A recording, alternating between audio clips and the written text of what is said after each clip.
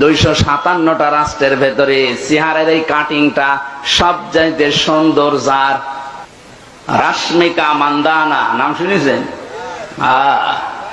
চেহারার কাটিং এ এখন পৃথিবীতে 1 নম্বরে আছে। এই মহিলার দিকে একটু আল্লাহর নাম নিয়ে তাকাবেন। আমি জাহাঙ্গীরনগরে প্রথমে ছিলাম, চান্স পেয়েছিলাম প্রথমে ওখানে। আমি দেখেছি সকালবেলা কুলি করছে মদ দিয়ে, ছাত্র পিটাচ্ছে শিক্ষককে। আমি জাহাঙ্গীরনগরে ছিলাম, ওখানে চান্স পেয়েছিলাম প্রথমে। আমি দেখেছি শিক্ষার্থীরা সকালবেলা কুলি করছে মদ দিয়ে, এমনটা দাবি করে বক্তব্য দিয়েছেন আলোচিত ইসলামী বক্তা ও জামায়াত নেতা আমির হামজা। তার এই মন্তব্যের পরপরই সামাজিক যোগাযোগ মাধ্যমে শুরু হয় তীব্র সমালোচনার ঝড়। শিক্ষার্থীরা ক্ষোভে ফুঁসে ওঠে, নানা মাধ্যমে প্রতিবাদ জানায়।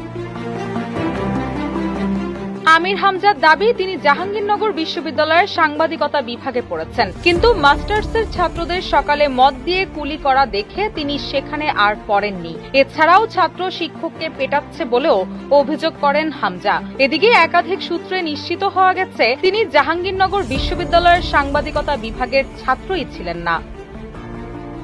রুশা সুর, নিউজ ডেস্ক, ইত্তেফাক।